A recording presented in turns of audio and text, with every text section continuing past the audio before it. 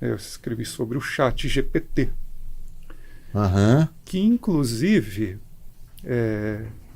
eu, né, antes de chegar aqui, eu falei, olha, o chat GPT é uma ferramenta que é muito interessante até para os síndicos. Uhum. Eu, antes de sair, eu até trouxe aqui, eu fiz perguntas para o chat GPT. Olha, É, tá. eu fiz uma pergunta para o chat GPT assim. Isso, desculpe esse gancho, mas Não, por favor. para mostrar para os síndicos que Aham. pode ser uma importante ferramenta. O chat GPT chegou como uma novidade, tá, né? As Sim. inteligências artificiais, de maneira geral, estão chegando com muita força Crescimento. e pode ajudar muito advogados, síndicos e uma gama de profissionais assim que eu não sei enumerar. E eu assim dei um conselho para um síndico edilício em relação à responsabilidade civil. Opa, E ele me escreveu aqui uma resposta. por favor. E a pergunta é muito interessante.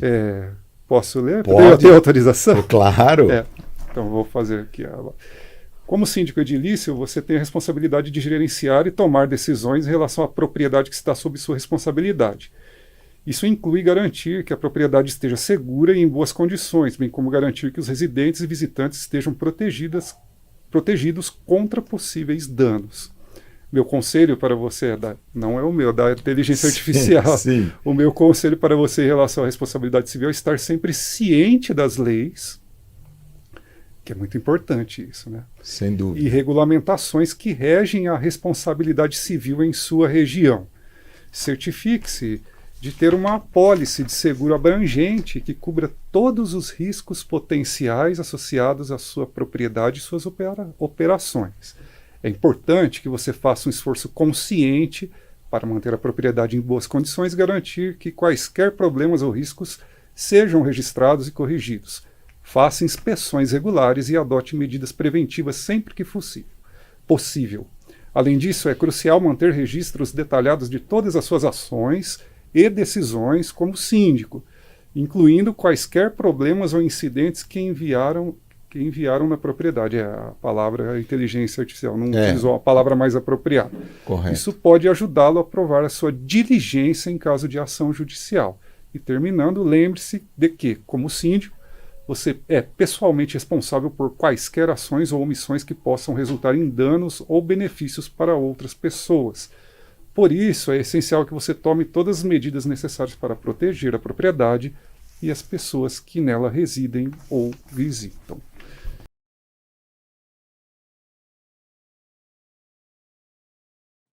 Então a gente montou nossa empresa, ficamos praticamente aí 1 ano só com a empresa, mas sem nenhum cliente, tentando ver como é que fazia para entrar dentro dos condomínios, como é que bate na porta, se fala com o síndico, e ficamos com a nossa empresa lá. Em 2007 surgiu o primeiro condomínio na região da Moca, né? E começamos a se aventurar ali com a assessoria esportiva. Aí um educador físico virou empresário e falou, como é que faz isso daqui funcionar agora? E graças a Deus aí estamos 17 anos no mercado hoje. Que legal. Hoje a gente trabalha com 10 condomínios clubes, contratos fixos. Estou na região ali de Alphaville, Tamboré, Vila Leopoldina, Osasco, Moca, Belém, Tatuapé, Anália Franco.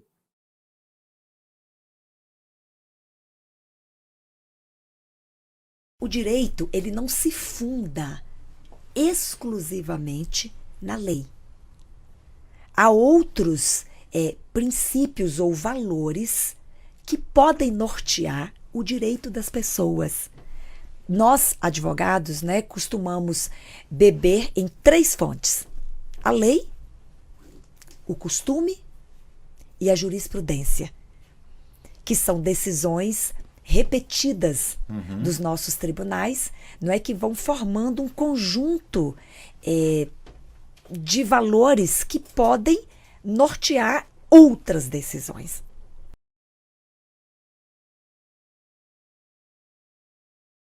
Eu nunca me esqueço que uma vez eu entrei num táxi no Rio de Janeiro, eu morei muito tempo no Rio de Janeiro, até porque a Golden Cross é lá, né? E um dia tinha uma frase assim, tinha um adesivo colado no painel do táxi, né? que estava escrito assim, eu vou dizer exatamente como estava escrito, gente. Estava assim, eu não posso mudar o mundo, mas eu posso ser um canalha a menos. Olha aí. Tudo bem, a frase é meio chula, né? Mas é uma frase com um grande significado, né?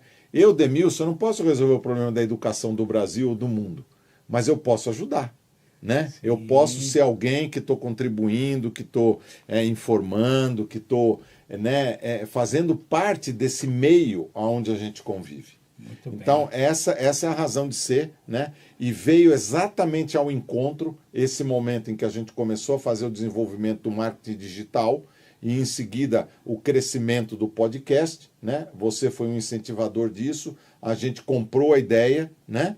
E estamos aqui juntos. Muito bem, e vou além da distribuição de informação, que, por exemplo, só esse seu início da sua história, isso motiva muita gente a falar, tá vendo ali, na hora ruim, perdeu o emprego, do emprego hoje ele é um empresário, né? Porque você perdeu seu emprego lá, você estava ajudando o povo do prédio a ser síndico ali, nem ganhava, então você aprendeu ajudando o prédio, aprendeu a ser síndico e perdeu o emprego e falou, opa, é isso aqui que eu posso fazer. Então é um grande exemplo já para muita gente, fora outra ajuda que você dá. Por exemplo, além de vários exemplos que você dá aqui, vários ensinamentos que os seus convidados dão, né? Que já é um conteúdo gratuito, ainda a questão de você trazer também pessoas aqui. Quantas empresas você tem ajudado, que elas vêm aqui, o programa seu dá audiência, eles apresentam a empresa deles aqui, é propaganda gratuita, né? Entendeu? Gratuita, ninguém paga nada para vir aqui. Exatamente. E acho também que... Isso é ajudar o próximo. Claro. Outra questão é que para a gente crescer tem que aprender também. Então, além de passar o conhecimento, eu acho que o podcast dá muito isso, a oportunidade de estar junto com uma pessoa especialista, porque, na verdade, a gente é mais genérico, né? O Demilson fala sobre ver várias situações, mas, por exemplo, quando a gente chama uma pessoa de paisagista, ele sabe tudo de planta. Quando ele falou aqui que tinham 17 remédios para a planta ficar boa, aí você fala, O nossa... jardim ficar bonito. Uma planta... 17? Eu não conheço nem 3. Então, assim... A gente aprende muito com os podcasts e não só divide, como aumenta nosso conhecimento também. Um especialista em mercados dentro de... Então, a gente, Poço Artesiano, a gente traz assuntos bem diferentes. Elevadores, você vai ficando... Cria uma amizade maior, claro, é uma oportunidade do podcast, mas além disso, de passar conhecimento, a gente também aprende muito. Né? Claro, Ele adora uma aprender. Faculdade, né, basicamente, porque você se aprofunda no assunto. Isso. Porque com certeza vocês, como síndicos, né, um síndico profissional e contrata síndicos, você entende de elevador. Mas quando veio o cara profissional só de elevador aqui, aí você se aprofundou, né? Claro. Aí é uma faculdade. E todas as outras coisas, Poço Artesiano e jurídico, que agora você até foi convidado para um podcast, né? De juristas, advogados que mexem com condomínio, né? Exatamente. Eles são 6 advogados, né? Especializados na área do direito condominial e direito imobiliário, né? O Jurídico Diz Que Pode, é o nome do podcast deles. Eu vou gravar no dia 17, se eu não me engano, né? Eles já estiveram aqui conosco também.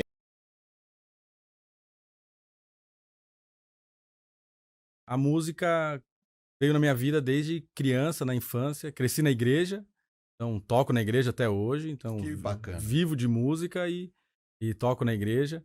Então, desde da infância, a família toda musical, né? Meu pai toca guitarra, minha mãe cantava em coral, tios, tias, primos, primas. Então, eu cresci nesse ambiente musical, né? Aí fui crescendo, fui aprendendo os instrumentos. Mas eu sou formado, fiz faculdade de educação física, né? Olha. Eu faço o que eu digo, mas não faço o que eu faço. Aí dei aula em escola há muitos anos e sempre toquei, né? Em paralelo. Então eu tinha 2 verbas, a da escola como professor, educação física escolar, e tocando. Mas aí você tocava só na igreja ou em outros lugares também? Profissionalmente também. Profissionalmente. Tá. Aí tocando na igreja, daí fui fazer o casamento e tal, daí vai virando a bola de neve, né? Você vai sendo conhecido, indicação e tal. Então eu comecei a tocar em restaurante, casamento, evento em geral. Toquei muito com o Ale, da produção. Sim, o sim. Ale. A voz do além. Ale, um amigão, excelente músico, alta qualidade. E tocava, aí recebi uma proposta de fazer cruzeiro, tocar em navio. Olha. Aí eu falei, nossa, aí já tinha muitos anos dando aula, e eu falei, Senhor, o que que eu faço, né? Eu falei, vou pro navio, passar 8 meses Europa, ou não vou, tal. Aí eu dava aula no colégio particular, eu pedi um afastamento não remunerado. A vaga era minha, mas eu poderia me ausentar, mas a vaga era lá. Tá. Pedi o afastamento, e era mais ou menos na época de embarcar pro navio. Ô Samuel, recebi uma ligação, não vai dar certo o navio. Eu falei, e agora? Não vai, infelizmente. Eu já tinha pedido afastamento da escola. Resumindo, passou um ano, comecei a tocar, você é conhecido aqui, ali, faz gravação, tal, pude me dedicar 100% à música. Mas sempre solo ou você fazia parte de bandas também? Solo, acompanhando cantores em restaurantes, barzinhos, banda de baile, gravação em estúdio, festa de casamento, balada com DJ, em tudo. Tá. Tudo na música. Aí passou um ano, o colégio, aí Samuel, vamos voltar? Eu falei, eu quero mais um ano, eu podia pedir 2, né? Eu pedi uma extensão, aí no final do segundo ano, e aí Samuel? Eu falei, agradeço, obrigado, mas eu me demito. não de forma, foi super educado, o pessoal sim. super acolhedor e tal, mas entenderam também o meu lado.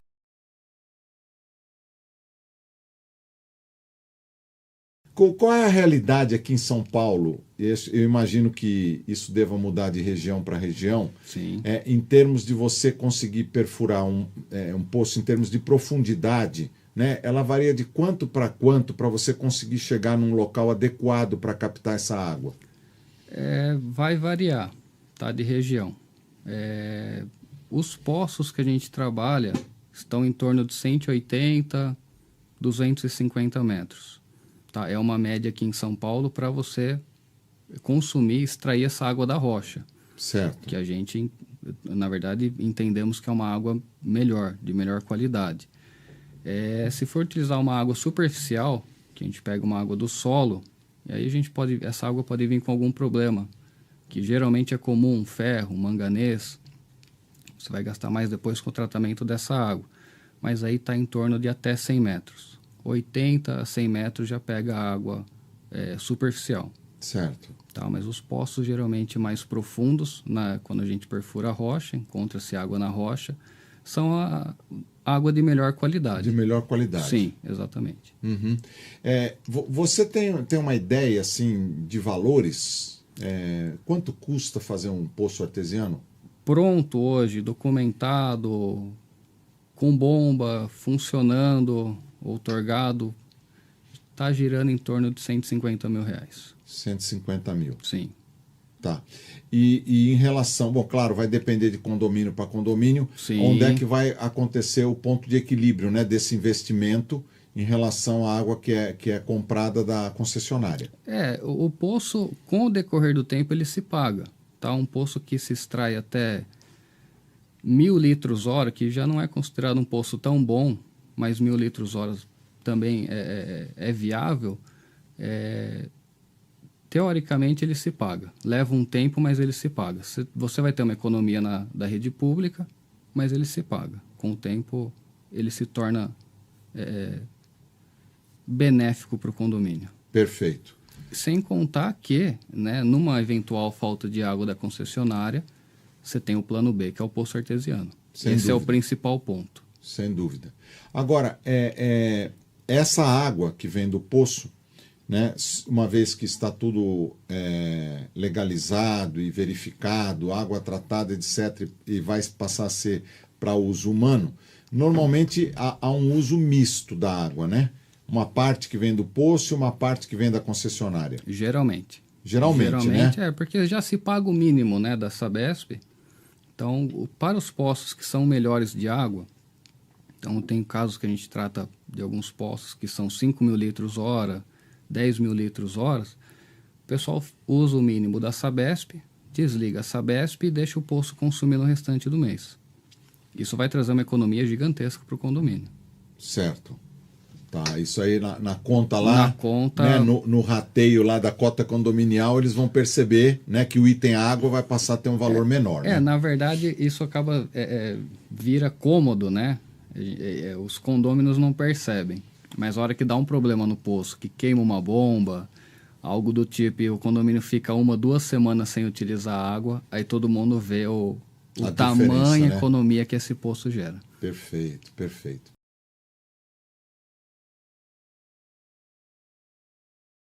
Como um usuário de elevador, ele pode se sentir seguro ao utilizá-lo? Primeiro ponto, é importante destacar a segurança que o transporte elevador tem no mundo.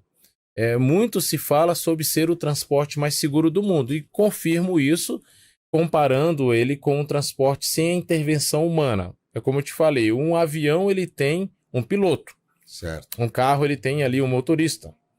Então, há intervenção humana direta no equipamento. Já o elevador não. Você pode ver que ao vir aqui para o nosso podcast, nós entramos no elevador, não tinha ali a presença do assessorista. Você entrou, apertou o andar, o elevador subiu, abriu a porta, você se deslocou com toda a segurança. Um primeiro ponto é entender que o elevador ele precisa estar sendo mantido por uma empresa de conservação, ou uma empresa que faça ali a manutenção preventiva e corretiva mensalmente. Então, se assegurar de que esse elevador está sendo fiscalizado. Esse é o primeiro ponto. Feito isso, você já tem ali 90% que você precisa para andar tranquilamente no elevador. Os outros 10% estão atrelados a você, usuário. Como você usa o elevador? O elevador não é um ambiente para você pular, o elevador não é um ambiente para você dançar, o elevador não é um ambiente para você transportar líquidos de forma aberta, não é um ambiente de fumaça, ou seja, o usuário tem boa parte disso. Não podemos exceder o peso. Enfim, o usuário ele precisa entender que aquilo ali é uma máquina.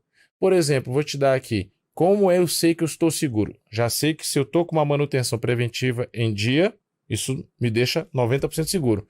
E respeitando aquilo que está no equipamento. Eu tenho lá capacidade para 8 pessoas e um peso X. Eu vou ver que de repente a maioria ali é um pouco mais pesadinho. Vamos só com 4 ou com 5? Ou não, estamos dentro de uma capacidade saudável, entra, se não espera um pouquinho, você vai na próxima viagem. Então é um misto de termos uma empresa que cuida do equipamento versus o usuário, certo? E dentro do equipamento existem vários itens de segurança que são ali testados e validados e conservados para que em um caso de um acidente eles atuem de forma precisa. Certo, de forma redundante, né? Porque se houver eventualmente a falha em um desses itens, outros estarão dando cobertura. Com toda certeza. Vou te dar um exemplo. A probabilidade de um elevador despencar é muito rara. Primeiro que, em média, os elevadores têm 4 cabos de aço. Os mais antigos aí, os médios, porque hoje a gente usa cinta, né? Exato. Tipo um cinto. Exato. Então vamos lá. Um cabo de aço ele tem capacidade e força para segurar todo o peso do elevador. Então assim, até que se rompa 3, vai ser muito difícil. Segundo ponto, nós temos ali alguns freios. Nós temos o freio motor, o freio que está ali na máquina, no motor que trava. Se porventura esse freio ele não funcionar, nós temos um cara chamado regulador de velocidade. É uma bolinha de ferro assim, uma calha de... Eu costumo tentar trazer para a visão mais simples. Imagine uma rodinha de bicicleta sem o pneu, aquela calha. E ali naquela calha passa um cabinho de aço que aquele cara monitora a velocidade do elevador. Por exemplo, o elevador ele só pode ir a 60 km por hora. Um exemplo. Sim. Se ele passar 20%, aquele regulador ou limitador de velocidade ele vai estar acompanhando. Opa, ultrapassou. Ele aciona a segurança e trava o elevador. Com o freio que tem embaixo da cabina. É o que a gente chama de freio de segurança. Pá! Ele trava esse freio onde? Nas guias.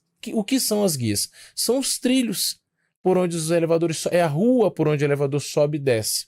Então, olha só, você tem freio motor, você tem ali o freio de segurança e você tem algo mais também. Muitos elevadores, hoje, eles têm um sistema de pesador. Subiu ali uma quantidade X de pessoas, opa, dá licença, eu não saio daqui enquanto não reduzir o peso. Então, eu tenho um sistema de segurança na porta para que ela não encoste na pessoa, é um sistema de infravermelho. E aí eu tenho ali todo um sistema que se você ficar, por exemplo, retido, a comunicação que tem que funcionar, havendo falta de luz ou queda de energia, ou enfim, uma oscilação, que é a iluminação de emergência, o alarme de emergência, ou intercomunicador. Então eu sou coberto de itens de segurança dentro do equipamento, caso ocorra aí um sinistro, um acidente ou coisa do tipo.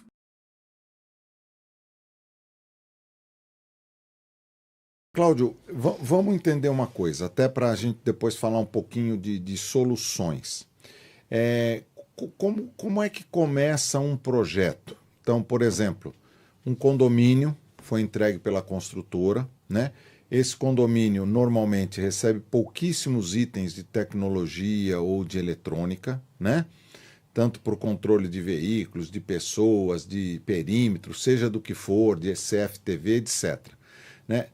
Como é que um síndico, ou até às vezes isso aí fica na mão do corpo diretivo, como é que ele pode chegar usando, vamos usar o caso da Veolink mesmo, chegar na Veolink e falar, olha, estou aqui, meu bairro é esse, minha cidade é essa, o perfil do meu empreendimento é esse, como é que eu desenho uma solução que vai me trazer a maior possibilidade de segurança possível? Bom, no caso específico da Veolink, nós temos um corpo de profissionais que tem essa capacidade. Então, nós vamos fazer uma... Fazem o projeto. Antes do projeto, uma análise de risco. Análise de risco, uma análise de risco. Então, você, diante do empreendimento, né, das características, como você colocou, além dessas que você colocou, tem várias outras, né? Sem dúvida. O profissional ele vai mapear quais são os principais pontos de risco para aquele condomínio. E em cima desse mapeamento, e óbvio, isso tem que ser discutido com o cliente também, porque é muito importante, isso é uma sugestão que eu deixo aqui para os síndicos, né? A experiência do síndico naquele empreendimento, principalmente empreendimentos mais antigos, então não exatamente do jeito que você colocou, de uma coisa nova que está começando, e aí basicamente é papel quase que só nosso, né? Porque você não tem um histórico. Perfeito. Mas é muito importante levar o histórico em consideração, né? O histórico é estatística, e estatística é base de gerenciamento de risco, né? Claro. Então isso é realmente muito importante. Então, a partir do momento que se faz essa análise, você identifica os pontos mais vulneráveis desse condomínio, e aí nós vamos buscar, dentro do nosso portfólio de soluções, as que são mais adequadas para cada caso. Então, nós estávamos falando até um pouco mais cedo, condomínios, sim, você tem... Eu divido, né, vamos falar em condomínios residenciais, em basicamente dois tipos. Você tem os condomínios horizontais e você tem os condomínios verticais. Correto. Algumas necessidades são comuns, mas eu vejo muito mais diferenças entre os dois do que coisas em comum. Um condomínio horizontal, ele tem uma necessidade de proteção perimetral muitíssimo maior do que um condomínio vertical, que tem muito menos área, muito mais concentrado nas torres, enfim. Né? Então, dentro do nosso cardápio de soluções, vamos chamar assim, os nossos profissionais vão identificar para aquela necessidade específica, daquele condomínio em específico, o que pode ser utilizado, que tenha melhor relação de custo-benefício, porque isso é fundamental. Eu assim, às vezes, discutindo nível de segurança com algumas pessoas, eu costumo dizer o seguinte: não adianta eu propor uma solução para um cliente que custe tão caro que ele se sinta roubado todos os meses.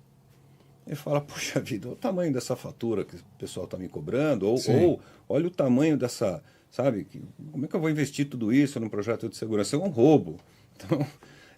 Então tem que ter um custo-benefício. Então você analise, a estatística é importante, quer dizer, qual que é o histórico que você tem naquela região em termos de invasão, de roubo, enfim, furto e tudo mais.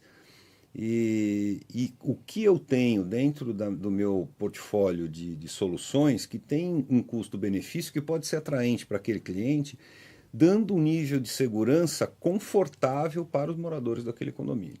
Certo. Isso quer dizer que condomínio 100% seguro não existe? Não, existe, mas custa muito caro. Então, qual o nível de segurança indicado para um condomínio? Depende do condomínio, depende da verba que esse condomínio tem para investir e depende de todas essas questões que nós estamos falando. Então, se eu consigo ter um nível de segurança no condomínio, né, em torno de 80%, 90%, com um custo que cabe dentro do orçamento do condomínio, esses últimos 10%, se você colocar isso em termos de estatística, de possibilidade de ocorrência, ele vai ser muitíssimo baixo a probabilidade. Então, a coisa não é simples, é uma conta bastante complexa de se fazer, mas os nossos profissionais são formados para isso. Estão preparados para isso. Então, assim, só que agora você tem muitas opções que você não tinha, por exemplo, há 5 anos atrás.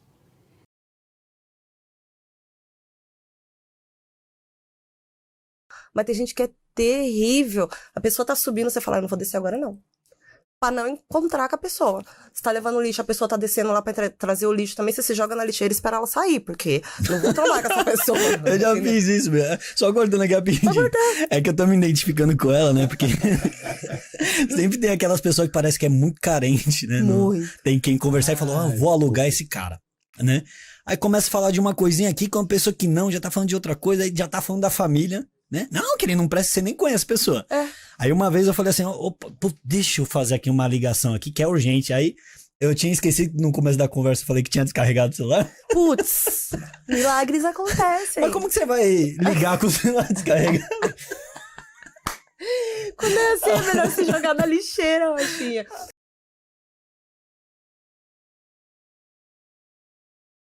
Já que o Ale deu essa deixa, então, agora é minha hora de perguntar, porque um podcast dedicado a Mr. Sid, que é um podcast onde convidou o estúdio que abriga o Mr. Pod, então é para eu fazer as perguntas também, né? Claro. Vamos nesse bate-papo. Olha, tem uma pergunta interessante aqui, que todo mundo é curioso, muita gente é curioso de como funciona e o que faz exatamente uma empresa de sindicatura. Mas, antes dessa pergunta, eu quero perguntar como surgiu para você abrir uma empresa de sindicatura, uma empresa que vai cuidar do síndico.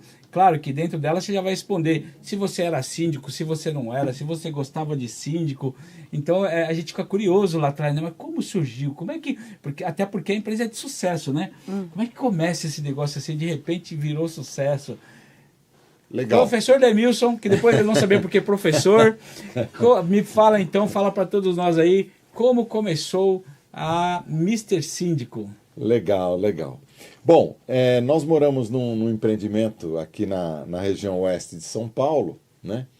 E meio que por um atalho da vida aí, eu me tornei subsíndico do condomínio, né? O subsíndico renunciou, aí o síndico que estava lá falou, vem aqui ajudar, tal, eu me tornei subsíndico. Mas esse síndico não deu muito certo lá no condomínio e ele pediu renúncia logo em seguida, né? E aí ninguém queria ser o síndico. Fizeram 2 assembleias, ninguém queria ser o síndico. Eu falei, então eu vou ser o síndico. Vamos lá, eu vou aceitar esse desafio, né? Eu trabalhava numa empresa, numa multinacional alemã, que correspondia praticamente todo o meu tempo disponível, mas eu encarei o desafio de ser o síndico lá do nosso empreendimento. Bom, em seguida, né, eu já era o síndico morador, né? Sim. Em seguida, o meu contrato com essa empresa alemã terminou, né? Era uma operação de automação bancária no Brasil, e o meu contrato terminou e eu passei a pensar no que eu ia fazer da minha vida. Mais ou menos como você lá atrás, quando teve aquele desafio também, né? De transformar o limão numa limonada, né? Sim, acabou tudo, o que eu vou fazer agora? O que eu vou fazer? Bom, eu tinha um tempo disponível, comecei a avaliar uma porção de coisas, e aí eu falei assim, nossa, mas agora, além do síndico morador, também tem o síndico profissional, né? Eu falei, poxa, eu sou engenheiro civil, eu já sou síndico aqui no meu condomínio. Eu tenho toda uma bagagem de RH, bagagem jurídica, bagagem de finanças das empresas onde eu trabalhei, né? Empresas de renome, empresas grandes, né, de segmentos diferentes, telecomunicações, saúde, na própria engenharia civil, etc. Falei, olha, eu acho que eu vou abrir uma empresa de síndico profissional, né? Eu sempre um pouco cauteloso, etc. Conversei primeiramente com a Ana Helena, né, que faz parte dessa história. A Ana Helena foi a primeira a dizer, não, ok, eu acho que é uma excelente ideia, né? Falou, é uma excelente ideia. Aí ela falou assim comigo, falou, por que você não pergunta para as pessoas que já estão nesse meio, né? Então eu tinha a administradora lá do condomínio, a administradora Caran, do Miguel Caran, que eu mando um abraço aqui, que é um amigo, né? Fui lá conversar com o Miguel. Falei, Miguel, estou pensando nisso, etc, etc. Ele falou, Demilson, você tem meu apoio, eu acho que você tem formação, você tem qualificação para isso, pode pensar em estruturar a empresa. E aí eu fui também numa grande construtora aqui de São Paulo, na Ezetec, né? Um dos sócios da empresa lá tinha feito engenharia comigo na FAAP, e eu fui lá conversar com ele, e ele prontamente também falou, olha, você tem, não só eu acho que você devia fazer, como você tem meu apoio, quando a gente entregar um empreendimento aqui, eu vou dar o empreendimento para você. Nossa, aí sim. Já começou bem. Aí eu falei, tá certo, vamos lá, né? A partir daí, então a empresa eu contratei um amigo também, o Olivan Marquardt, para fazer a logomarca da empresa, para fazer toda a parte inicial dela, né? O site, o primeiro site foi o Olivan que fez para nós, etc. Né? Os cartões de visita e tal. Quer dizer, eu já comecei assim de uma forma um pouco mais organizada, né? Com pouco investimento, mas já organizada. E aí, a partir daí, eu comecei a ser conhecido no mercado, reconhecido no mercado. Conheci outras construtoras, né, que normalmente passam empreendimentos na fase de implantação para nós, né? Administradoras, comecei a trabalhar com várias delas aqui de São Paulo, e aí o nome da empresa se solidificou, né, e a gente passou a fazer parte aí de muitas oportunidades que surgiram no mercado. Foi assim, né? Mas tem um detalhe que eu não posso deixar de mencionar, que é entregar tudo nas mãos de Deus. Olha só. Porque nós professamos uma fé cristã, né? Todos nós que estamos aqui nessa mesa, né? E obviamente, Deus foi consultado. Olha só, né? amém por isso. Através da oração, que é a forma que a gente tem para falar com Deus, né? Foram muitos contatos pedindo a ele que dissesse, Demilson, Demilson, pode seguir, ou Demilson, não é esse o caminho, etc. E tudo foi dando certo, quer dizer, as respostas divinas aconteciam na medida que os homens também correspondiam, né, às nossas demandas. E graças a Deus deu tudo certo, a gente continua aí, né? E aí foram se agregando coisas, a gente tem alguns prestadores de serviço da própria empresa, como você na área de marketing, né? Sempre faço questão de destacar, né? Também na área de contabilidade temos o João Chaves da Ponto da Contabilidade, né? Que está conosco, né? E outros escritórios de advocacia que também nos ajudam, porque às vezes tem demandas judiciais que a gente precisa tratar, né? Faz parte do nosso dia a dia. Também temos o Dr. Francisco Ramos, que é uma pessoa que eu tenho um apreço muito grande por ele, né? E aí as coisas foram se sedimentando e assim, apesar de eu ter 65 anos hoje, eu me sinto jovem, bastante motivado, né, para a empresa poder crescer ainda. Outras pessoas trabalham conosco, né, dependem da própria Mr. Síndico para o sustento das suas vidas. Então, tudo isso nos motiva a continuar.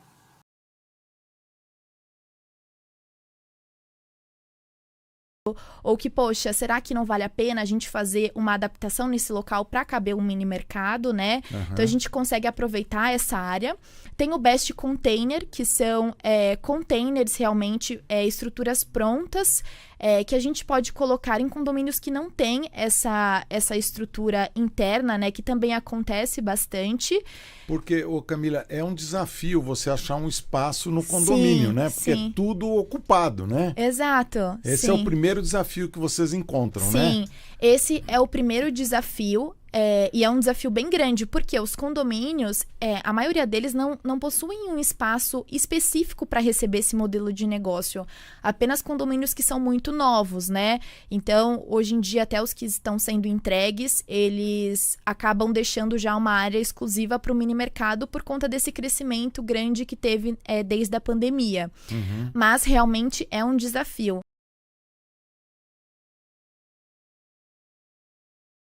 Quantos itens de segurança um elevador possui? A gente tem os itens de segurança que são em relação à máquina. Então, o elevador, ele tem...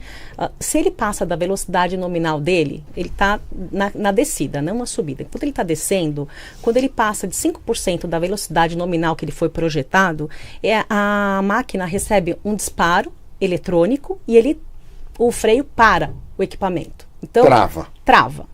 O outro sistema, que é o freio de emergência, que a gente fala, né, Thalita, que é o paraquedas, o segundo paraquedas de quem pula de um avião, é o freio de emergência mecânico. Quando a velocidade do equipamento passa de 10% da sua velocidade nominal projetada, é acionado o freio de emergência mecânico. E aí a cabine é travada, porque embaixo da cabina vai o freio de emergência. Ele trava nas guias e a cabina ela precisa parar. Uhum. Então, esse é o segundo sistema de segurança. E nós temos também os amortecedores que ficam no poço de molas, né? Então, quando o elevador ele não chega a passar do 10% ou 5% da velocidade nominal, que está próximo do térreo, perto do poço de molas, e a cabina estiver descendo, as molas precisam absorver esse impacto. Então, é por isso que a Thalita comentou que o equipamento elevador é o meio de transporte mais seguro do mundo. Por quê? Porque ele tem vários sistemas de segurança. Quando o equipamento para, Demilson, por que o elevador para, né? As pessoas falam, poxa, quebrou. O elevador quebrou. Quebrou. Mas o equipamento para por segurança. E os equipamentos mais modernos, eles possuem cada vez mais sensores de segurança. Então, qualquer coisa que acionar o sensor de segurança, o equipamento vai parar por segurança. Perfeito. Quanto mais modernos, mais sensores, né? Então, é a segurança da segurança. Perfeito. Porque eu me lembro, né, quando eu era criança, aqueles elevadores com portas pantográficas, etc., né, que davam aqueles trancos, etc., né, e hoje a gente já passa, né, em elevadores com velocidades muito rápidas, porque a gente percebe que ele vai do térreo até um andar muito alto, muito rápido, ou vice-versa, né, essas modernizações que aconteceram ao longo do tempo, né, a gente percebeu que a parte mecânica foi deixando de ter a maior relevância e foi entrando a parte eletrônica. Trazendo um maior conforto para o usuário. Isso tudo traz maior conforto porque traz uma maior precisão, né? Precisão. Atualmente os equipamentos eles têm a aceleração e a desaceleração de uma maneira tão sensível que quem está dentro não consegue nem perceber. Diferentemente dos elevadores mais antigos, que são tão seguros quanto, mas não têm o mesmo conforto que os elevadores mais modernos. Uhum. Entendi. Perfeito.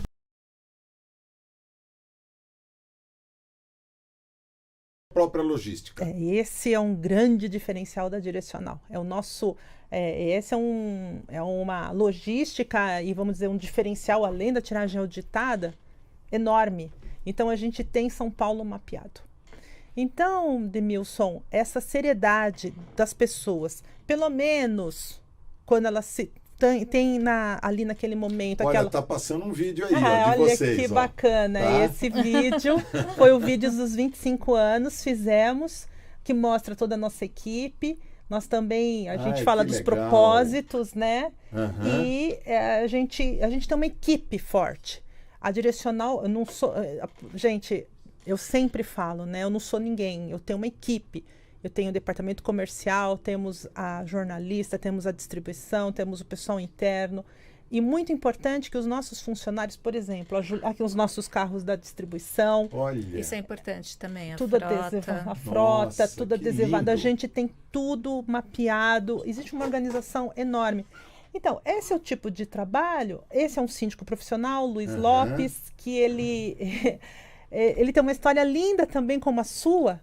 E ele fala, Claramente, eu me tornei um síndico profissional e a revista me ajudou muito. Porque Sim, ele era um executivo de banco. Olha só. Ele se aposentou e ele era síndico do prédio dele. Tá. E ele começou a participar dos cursos da Direcional. É a síndica Regina Nagamini, uma pessoa, uma síndica orgânica, mas ela, como trabalhou em metro, super organizada. Ela é um exemplo de ser síndica, porque tudo é em planilhas, ela é realmente... E participa aqui na gráfica, a gente imprimindo, né? Imprimir 20 mil revistas se imprimem em 4 horas. É impressionante o volume da gráfica. Aqui é o prédio da editora, né? Onde nós ficamos, na Rua Vergueiro. Esse condomínio é o condomínio que nós fomos entrevistar o Luiz Lopes. Esse é o condomínio da Regina Nagamini, porque nós contratamos a Roseli Schwartz, uma grande parceira da Direcional. E ela escreveu o livro Revolucionando o Condomínio, né, que está na 16ª edição, uma parceira da Direcional. Sim. Porque a gente precisa buscar as fontes. Nós bebemos de fontes que realmente também têm o propósito. Sim. Não é só uma coisa comercial, né? O João Carlos é um dos nossos funcionários, a Emily, que trabalha entre nós e os anunciantes, meu sócio. Gente, que gostoso, nós estamos entrando na revista. A Adriana, o vendedor, a Juliana. Essas pessoas estão conosco há mais de 20 anos. Trabalhando conosco, o doutor Cristiano de Souza, outra referência, que escreveu o livro, mercado, né? Sou Síndico e Agora, né? Que é editado pela revista, pela Direcional Condomínios, né? Nós editamos esse livro com ele. Os nossos distribuidores, manuseando, tudo isso passa pela nossa mão. Esses encartes é algo que a gente vende mensalmente também. Sim. Então você fala assim, tudo é digital? Não. Não, existe mercado. E sabendo explorar muito bem esse mercado, né? No bom sentido, a gente consegue realizar e se comunicar. Porque comunicação, a gente sempre fala, né? Comunicação não é o que você fala, é o que o outro escuta, é o que o outro entende. É isso aí. Quando a pessoa está lendo a revista, ela está concentrada e está se conectando. E, consequentemente, os anunciantes pegam, entre aspas, carona com isso e vão tendo seus chamados. Porque muitos síndicos pensam, se está na revista, é porque já passou pela avaliação da editora. E isso é verdade. Sim. Porque a gente conhece as empresas. Não é só a gente receber um lead, um chamado e vamos lá colocar. Não.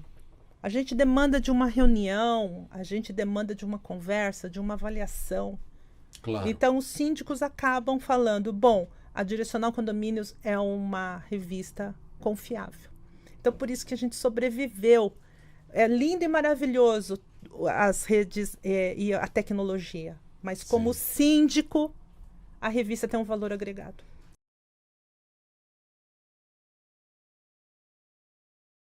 Como é que se faz para manter um batalhão de 13 mil homens, praticamente, motivado, treinado e adequado para as funções que eles têm que exercer? Perfeito, Demilson. Bom, lógico, o Napoli hoje como diretor de operações, aliás, há 6 anos como diretor de operações, é o cara que está hoje vivendo esse dia a dia, né, enfrentando essa questão do atendimento ao profissional, junto com a equipe dele, que hoje, como o Rei falou, nós estamos pensando no 25+1, porque dentro desse processo de se antecipar a problemas, a Ganá desenhou, através do nosso mentor, José Bernardo Marcus, um projeto para mais 25 anos. E o projeto ele é muito simples, fazer ter mais qualidade do que quantidade. Então, ter gente mais preparada na gestão para ouvir melhor o trabalhador, para poder atendê-lo melhor nas suas demandas e também o cliente que está lá no dia a dia precisando falar com pessoas. E na Ganá a gente costuma dizer que você tem com quem falar. Mas na linha da fidelização, do profissional, no Brasil a gente sabe que para algumas faixas de salário o turnover é muito alto. Sim. Assim, o nosso diretor de capital humano também fala recorrentemente. Porém, a gente tem algumas coisas que faz com que o trabalhador pense um pouco mais, ao invés de nos deixar por qualquer R$50 a mais. Às vezes acontece, mas a gente tem lá um plano de carreira bem desenhado, que através da Universidade Aganá, ele pode trilhar os cursos e se eleger para uma promoção, né? Nós temos também alguns convênios que geram atendimento ao trabalhador para necessidades diversas, que vão desde proporcionar um desconto para um filho que quer fazer uma faculdade, um cursinho, até áreas para ele recurso para realizar algum sonho, antecipar algum sonho, né? Tudo isso é muito pensado para que as pessoas realmente tenham um sentimento de amparo, pertencimento, né? Dentro desse projeto 25+1, o REM lançou no final do ano passado para esse ano, muito assertivamente, o projeto People Tech. Então, pensando nas pessoas e também usando a tecnologia para deixar as soluções mais econômicas, uma vez que o Brasil, a mão de obra é muito cara e é um desafio para qualquer empresa de serviços aqui no país encontrar soluções que sejam mais econômicas e que também atendam aí as expectativas de quem está buscando as soluções que a gente traz. No projeto People, a gente percebeu muito rapidamente que quando você reconhece um trabalhador, não só pagando o salário em dia, como a gente faz, e todos os benefícios que ele tem direito, e recolhendo tudo que precisa. Mas, Pereira, desculpa, até parece óbvio isso, mas tem muita empresa que nem isso cumpre. É uma pena, né?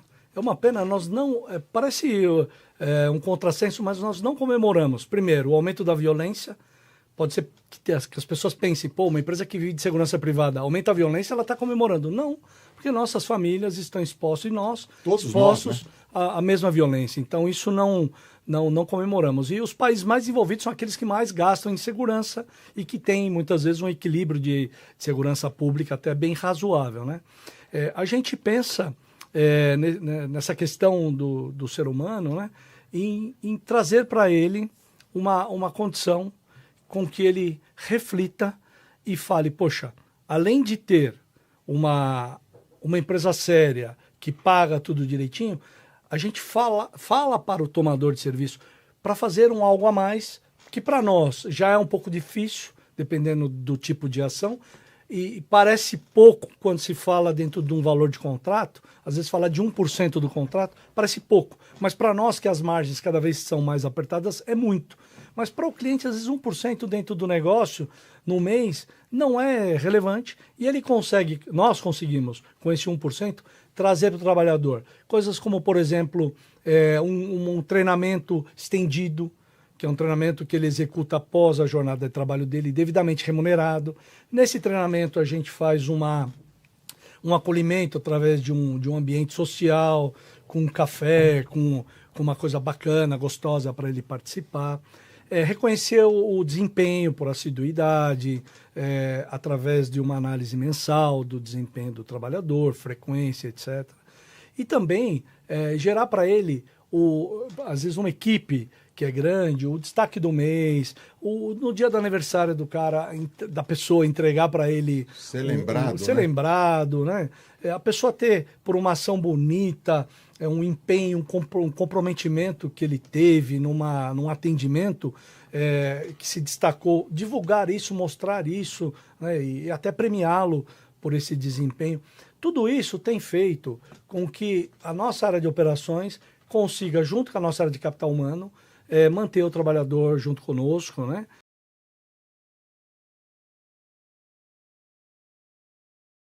Ô Pedro, vamos falar um pouquinho sobre esses painéis, essas pinturas que a gente encontra circulando pela cidade, né? Uhum. E eu vejo que isso aí cresceu bastante nos últimos anos em São Paulo, né? Salvo algumas coisas que tiveram aí uma interferência pública, né? Que acabaram até diminuindo em algumas áreas.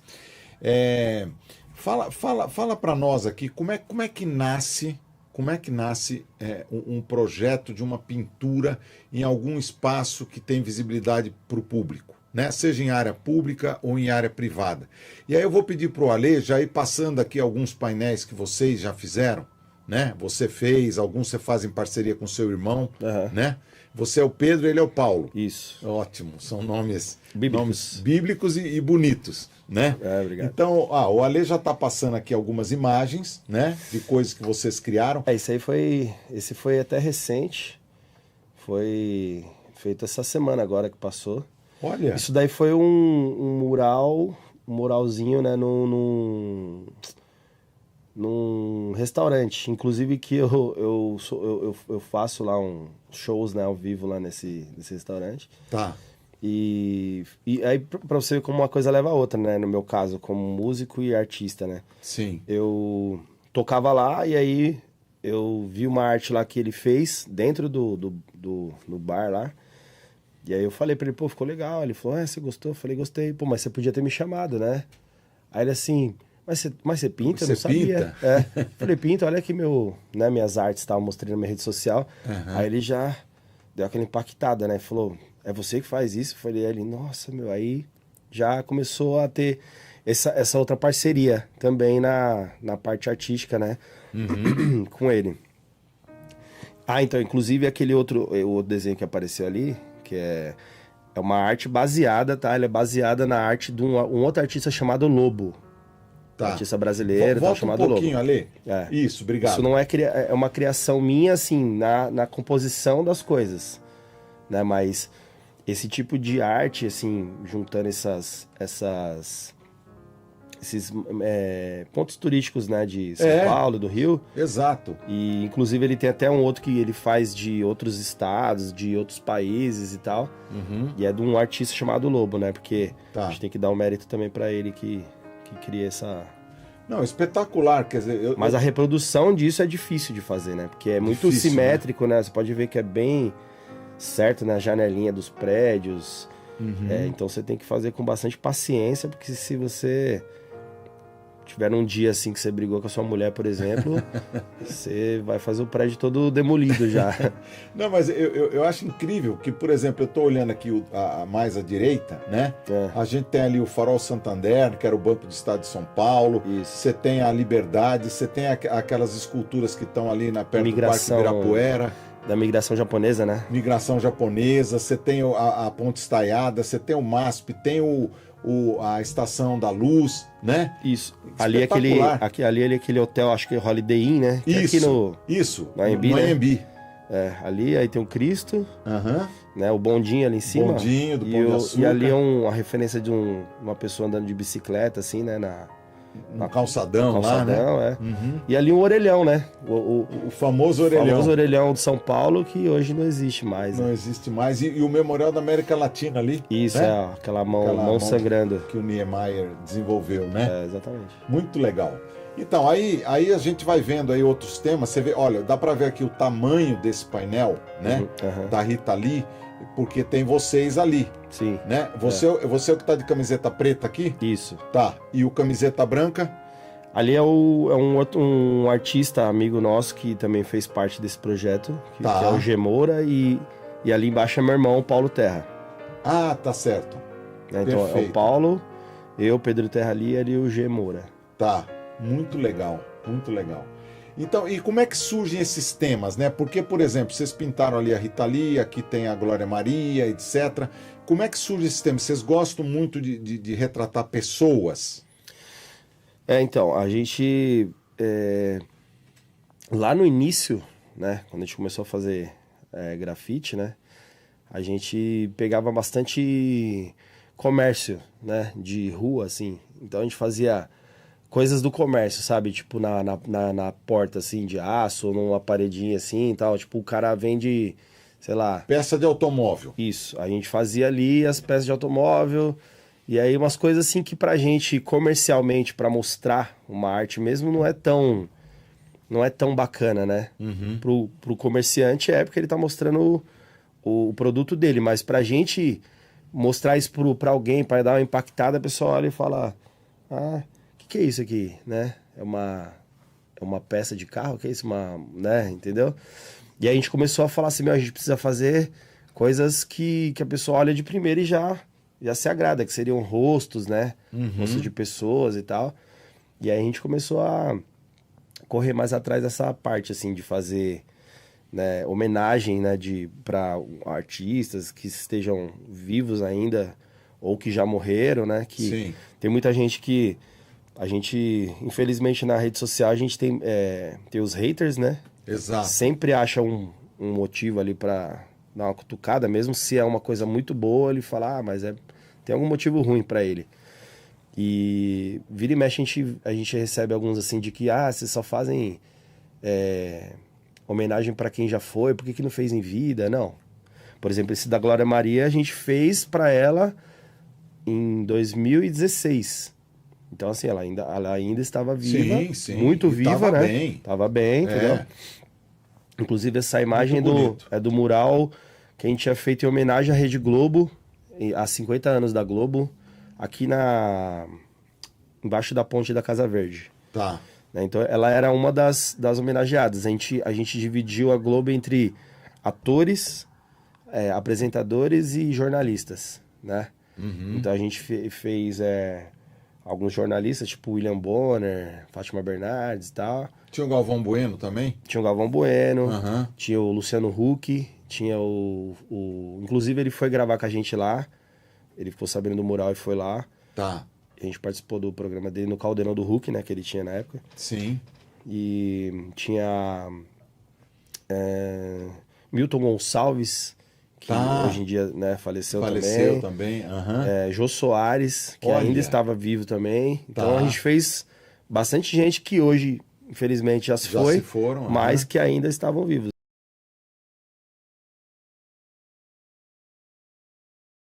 E, Demilson, e também muito bacana de ver você falar que essa seu ânimo de trabalhar e tudo. Aí você falou da idade, aí eu tenho 2 exemplos para você aqui.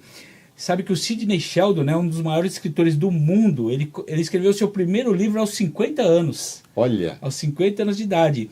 E o dono da KFC, uma das maiores empresas de alimentação do mundo, né, que é de frango KFC, ele começou e ele estava numa situação muito triste.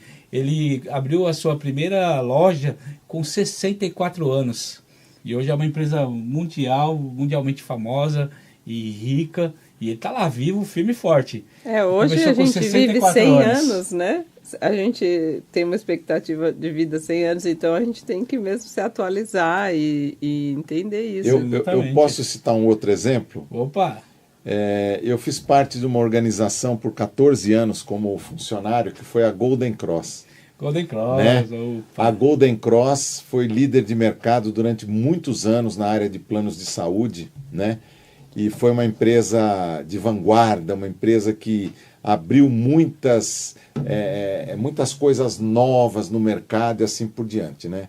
E eu tenho um reconhecimento muito grande porque essa empresa, além de ter me dado um emprego, ela também me deu uma formação muito grande, né? Eu recebi lá a oportunidade de fazer 3 MBAs, né? Nossa. No período que eu estive lá, a empresa pagou 100%.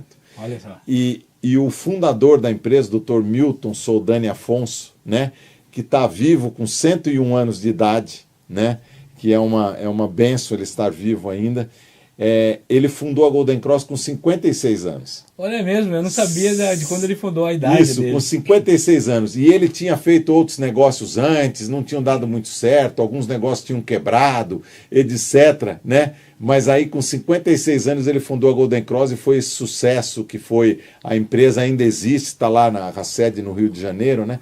Então eu penso assim, a gente não pode envelhecer, né? Porque na medida que os desafios estão à nossa frente, isso nos motiva a nos mantermos ativos, a nos mantermos buscando alternativas, soluções, se relacionando com pessoas, né? Bem, É isso que é gostoso nesse tipo de trabalho. É verdade, isso que anima a gente, né? Ativa cada vez mais.